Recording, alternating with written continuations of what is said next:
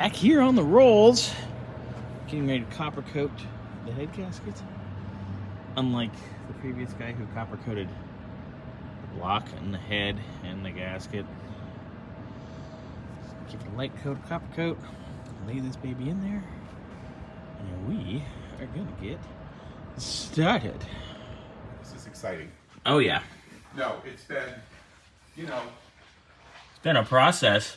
well, we basically, I started negotiating on this pair of cars a year ago. All right, Jeff and I got it in, and 2 bolts are started, and away we go. And away we go. And away we go. All right.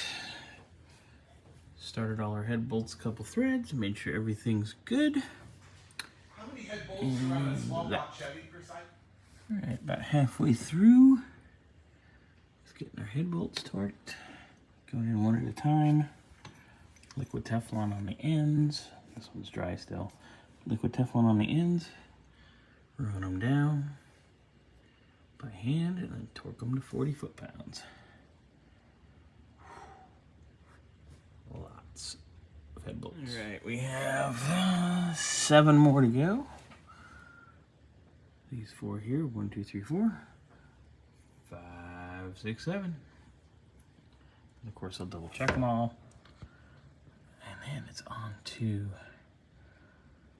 addressing the rest of this. I'm gonna do the valve train probably next. Just get it sitting there. Obviously not adjusted. Get it sitting in there.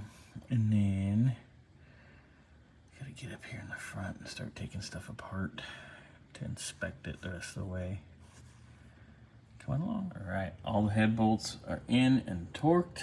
And I started at the center again and re-torqued everything.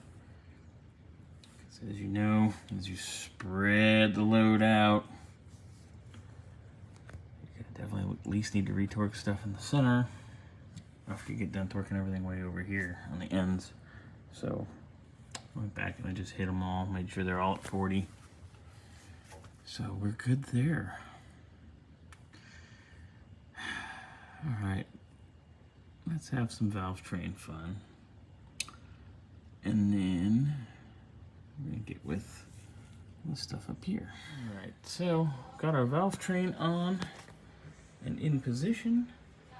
It's all torqued down on the shaft. We do need to do the adjustment. And away we go.